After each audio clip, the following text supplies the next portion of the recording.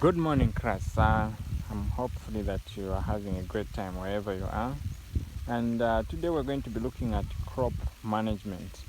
So I'm sure you've planted something, and now we have to look at how do you manage that very crop. You see, it is very easy to plant something than to manage it. So number one, the thing we're going to look at is after you've planted your crop, you have to come up with a watering program. So how frequent should you water your crop so that it keeps growing and it gives you the yield which you want? So you have to choose an irrigation system which one, the one which you can afford and which is ideal. Like for leafy vegetables, you'd want, for example, here I'm using microjets. So leafy vegetables, they absorb water even from the leaves, like lep, cabbage, Chinese, spinach, anything that has got leaves. Mostly they need water even in the leaves. So you have to choose an ideal irrigation system in place. So you don't just water when you want to water. You should come up with a watering program so that there is consistency in watering, because watering affects the way the nutrients absorbs nutrients. It affects how photosynthesis is happening. It also helps with the pests. A well hydrated plant is going to be able to withstand even the attacks of some pests. So it's very important to come up with a watering program. Let's say, for example, if you have planted maybe okra, like in this case we've got okra.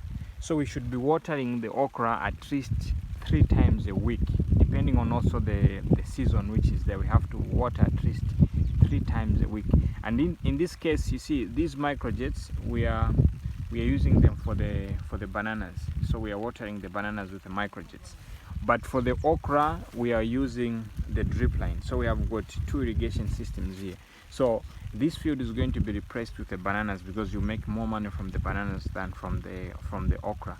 So as you can see, it is flowering.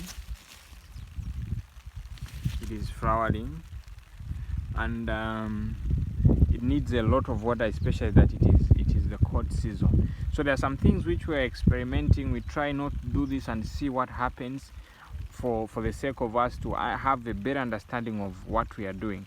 But in terms of irrigation, if you're using buckets, if you're using pipes, make sure that you come up with a consistent watering program.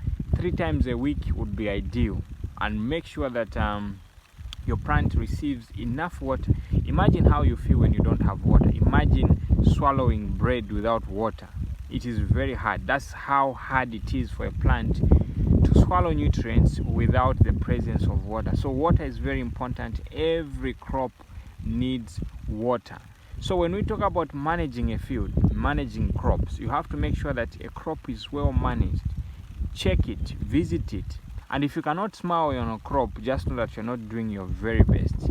So crop management is very, very critical, and we've come up with a philosophy which is helping us manage our crops. We say manage each plant as if it is the only plant in the garden. So this helps us to make sure that we are giving attention to each and every plant. We prune every plant, we water every plant, we feed every plant.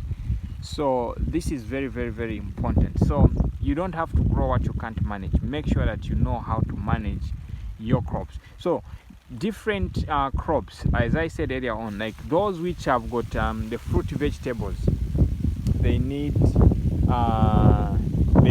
drip irrigation would be best if you are doing on large scale. Those which are leafy vegetables, you can put the leaf vegetables, you can use microjet sprinklers. It's microjet, like investing in in an irrigation technology is the best thing, because you're going to save on time, you're going to be watering evenly. But when using manual, as you're starting, you can use manual. But if you have got money, you can invest in these microjet technology. You can invest in drip lines. You're going to be saving a lot of time, you're going to be saving a lot of water. At the same time, you're going to be watering even. Let's say, for example, I'm watering using hands. I can give this plant some water. Maybe I give it 2 liters, that one I give it 1. So there's going to be a consistency. So if you want consistency in watering, then come up with a technology. If you are paying someone to water your garden for a month, you are paying that person maybe 500, 700. You find that just get that money, go and buy a system which is going to be doing your work, and by so doing you're saving time, you're saving money, and a lot of things. And mind you, the kind of technology you're using or the method you're using for watering can also bring diseases in your garden. So using the right watering system, it is going to save your crops and it's going to save your money. So this is it about watering. Make sure the first management tip is that you have to water well, and you have to water consistently and give the plants enough water. Then after that, you have to come up with, when you are growing your crops, you're going to be dealing with pests. So pests attack crops, especially the leafy vegetables. The leafy vegetables, especially the nightshade family, where the tomatoes are, those crops, they are very sickly. That's where even the okra is. So when you are dealing with pests, you have to be practicing what we call scouting. You have to be looking for problems in your crops. You go, you visit it, you check the underneath of the leaf to check for problems. So you have to check underneath. This is where the pests mostly they lay eggs, and that's where they hide. As you can see, there are some pests here. So what you can be doing, you can get a white paper. You get a white paper, then you hit the leaf against the white paper. Then you'll be able to see that there are some pests which are coming. Or you just hit the plant like that, then you can see they are flying around. So this will help you to be able to see the state of the pest in your field. And mind you, the moment you see a pest, just know that it has reached an advanced stage, because there is the process of laying eggs, then it hatches, then it grows. And pests, they mostly grow extremely very fast. You find that their life cycle is short, but at the same time the breeding process is very, very, very fast. So how do you deal with pests as a farmer? So number one, you have to make sure that you scout. After scouting, you have to be spraying frequently to make sure that the insects are prevented before they attack. The time they attack, they would have already brought hazard to your crops. So you have to practice them. You have to prevent them before they attack, and by so doing, you're going to be saving your plants. Because what happens, let's say for example, you have pests here. The food which the plant is making is going to be sucked by the pest. So they are going to be sucking your nutrients from the plant. So they suck soup out of here, and at the same time putting in diseases. They put poisonous things, just foreign things. They're just like bacteria, you see. They are just like viruses in a human body, and the pests are not supposed to be tolerated. They make your plants to become stunted, and eventually the plant is going to die. But so you don't need pests in your field. So make sure that you prevent them by spraying, and also you can practice what is called companion planting. So like for example, you mix onion and okra, onion and tomatoes. So what happens is that you mix plants from different families. So the other one, like for example, onion and garlic, they have got a very strong aroma which is going to be repelling the insects. So by so doing, your very crops, there is what is called the symbiosis. They are supporting each other. The other one is fighting diseases, then the other one is benefiting from the other. So if the other one, like tomatoes, have got a deep root system, meaning they are bringing the nutrients up, then the other one is working on the pests. So deal with the pests before they come. Spray consistently and do what you are supposed to do on time, and make sure that your crops are free from pests. So when your crops are free from pests, that means that they're going to be healthy, they're going to be growing very fast, there will be no wastage of energy. Then when you look at my garden, you see I don't have the problem with weeds. The weeds are dealt with accordingly. So you don't have to allow your garden to have weeds. you are not supposed to tolerate weeds. And when we talk about weeds, we are talking about anything that is found in the garden, in your bed, which you did not intentionally allow. Let's say, for example, here are my bananas. If I find maize in here and I did not plant the maize, this maize becomes a weed. So, and weeds have got a tendency of disturbing the root system of the actual crop. So they're going to be fighting with the actual crop, and they're going to be fighting for nutrients, sunlight, and also weeds become a storehouse or a breeding ground for pests. So you don't want to tolerate that. As you can see here, I don't have weeds in my garden. And how I deal with weeds, I don't use weed killer. You don't have to use weed killer. What I do is I use what we call mulch. So mulch it is this grass which we are using to cover. And you see, I've also done companion planting. I've planted some beans here because these are legumes which these are legumes which are fixed nitrogen into the soil, and by so doing I'm using up the space and the water which is just being wasted. So here also, if you can see, you can also incorporate what we call cover crops. I planted some buckwheat. As you can see, this is buckwheat you're seeing here. So this buckwheat is going to be suppressing, is going to be fixing nitrogen, also working on the pH, and at the same time I'm going to use it for green manure tea. So I'm going to soak these in the bucket, then they are going to decompose very fast, and after decomposing very fast, I'm going to use that liquid to feed my crops. So when you use cover crops, they grow very, very fast than the weeds, then they're going to suppress the weeds, and you can use this very buckwheat for mulching, and it decomposes very fast, then it becomes food for your crops. So this is very important. As a farmer, you have to know the tips and the tricks you're supposed to be practicing. As you can see, this tomato is very heavy here, and there are no weeds, and I'm sure you're able to see we planted some beans underneath there to fix nitrogen. So weeds are supposed to be dealt with. You don't have to tolerate them, otherwise they are going to destroy your plants. Then the other thing about managing your crops is the issue of we've talked about pests, we've talked about watering, we've talked about weeds. Now we have to talk about what do you do? How do you manage your crop when they have been affected, they are sick? So when your crops are sick, I want to show you the difference. So we planted some eggplant here, as you can see. So this eggplant, you see, this is the first time we're using this soil. So it has got some deficiencies.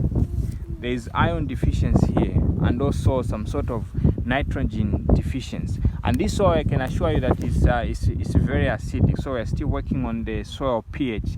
So what happens is that these affected branches, what we do with them, you have to remove them. As I said earlier on, you have to remove them, because what is going to happen is that this leaf which is sick, it is going to affect the whole plant. How is it going to affect the whole plant? It's like when you hit yourself in the head, the whole body sympathizes with that part which is affected.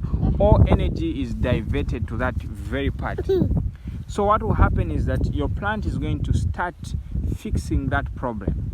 It is going to divert the energy which is supposed to be diverted to the flowers, will come to this, trying to heal this leaf, because we have injured ourselves. So when you prune this, pruning is removing these branches. We are using a cutter. So you remove this branch which is affected, then the plant is going to concentrate on working on the remaining branches and also working on the fruits. So it is not going to waste energy, it's not going to waste nutrients working on something which is dead. So you have to identify the affected branches. So you see, like this one, it has been pruned. So the branches which were very sick, they were taken out and they were thrown out. And by so doing, what happens is that the plant is relieved. It's like a plant is carrying a burden, and as it is carrying a burden, then you get rid of that burden, so then it heals very quickly. Then what happens is that it's going to be more, so you find that your plant is going to be relieved, and as it is relieved, the growth rate is going to increase. So it will concentrate on growing rather than fixing the problem. So this is very important practice of pruning. And then after that, you see, plants need food to produce food. So you have to feed your soil very well. So when you feed your soil very well, you find that your plants are going to produce abundantly. So these are my cherry tomatoes here. So, and what you should understand is that there are different types of crops. Some of them, they feed the soil, others are heavy feeders. So like for example, tomatoes, they need a lot of nutrients. They need a lot of nutrients, meaning you should come up with a feeding program for your crops. You don't just have to feed when you want, you have to feed the crops according to the timetable. So you may say, let's say for example, you are giving them nutrients every after 2 weeks, or maybe every after 3 weeks. Make sure that it is consistent. You don't just have to wake up and say, today I'm going to feed my plants. Feed them consistently. So, and as we're going to be looking at fertilizers, we're going to learn how we can be making our own fertilizer, like liquid fertilizer, what kind of liquid fertilizers are more effective. And as I was talking about companion planting, you can see here, I have my lettuce going that side. Then in this line, I've got a mix of, this is the sweet basil. So this is acting both as a very good pollinator, and the smell of sweet basil is very strong, so it is repelling some insects. So managing your crops is very, very important. When you know how to manage your crops, you're going to save a lot of crops, and you're going to ensure that each crop is giving yield as it should. So like, let's say for example, you see here, I've got this eggplant. So there's one eggplant there, but you see this one was attacked by a pest. I'm going to show you what kind of a pest attacks this kind of which sucks the soup, then the plant gets destroyed. So these guys, you see, this is how these pests attack the crops. If you can see, this is the big pest. So it is sucking the soup, then injecting some poisonous liquid, which eventually will lead the branch or the flower to drop off. So these actually, we normally just kill them physically, because even when you spray with these chemicals we have, they are not killing them, because these are seasonal pests. So there's a time the pests attack, and there's a time the pests don't attack. So like you see here, this is what happens when this pest attacks, then the branch withers. When it attacks, the branch withers. So we check for these guys and deal with them physically, because our pesticides, they're not so destructive to some kind of pest, but these kind of pests are seasonal pests. So make sure that you visit your crops, check them, see where the problem is, and also look at what kind of solution is needed. How best are you going to solve that problem which is there? So management is going to prevent a lot of losses. It will improve the health of the plants. It is also going to help your plants to stay and be healthy always. Like for example, if you can see our tomatoes, apart from the cherry tomatoes, our tomatoes are supposed to be doing far much better than this, same applies even to the eggplant. But there's a time we had a problem with the pump, so most of them, they were not absorbing nutrients as they should, and as a result, some of them they lost track of how they were supposed to be moving. You can see these tomatoes were supposed to be more than this, so they aborted a number of flowers. And as you can see, we are still working on our soil. So the soil hasn't yet given us its full potential. We are still developing it. We've mulched it. So there are a number of things you have to be practicing as we are learning. Just put them into practice, then you see what is going to happen. But it's a different story with the cherry tomatoes. The cherry tomatoes, even when the soil is very poor, they still do very, very fine. And this is where the issue of the seed comes in. You see, the cherry tomatoes are doing extremely very, very, very fine. so that is due there, and also fennel. So make sure that you manage your crops. Check for water, make sure that water is available. Check for weeds, make sure there are no weeds. Check for what's this, check for pests and make sure that there are no pests, and also ensure that you put all the preventive measures. Check your crops, make sure that they're well supported. Just make sure that your field is up to date in terms of growth, disease, water, weeds, and any other problem which may come in your crops. So if you have any question, feel free to ask me, so that we can be moving on the same pace, and how we see how we can make sure that our crops are really enjoying life on this planet. Have a good day and stay blessed.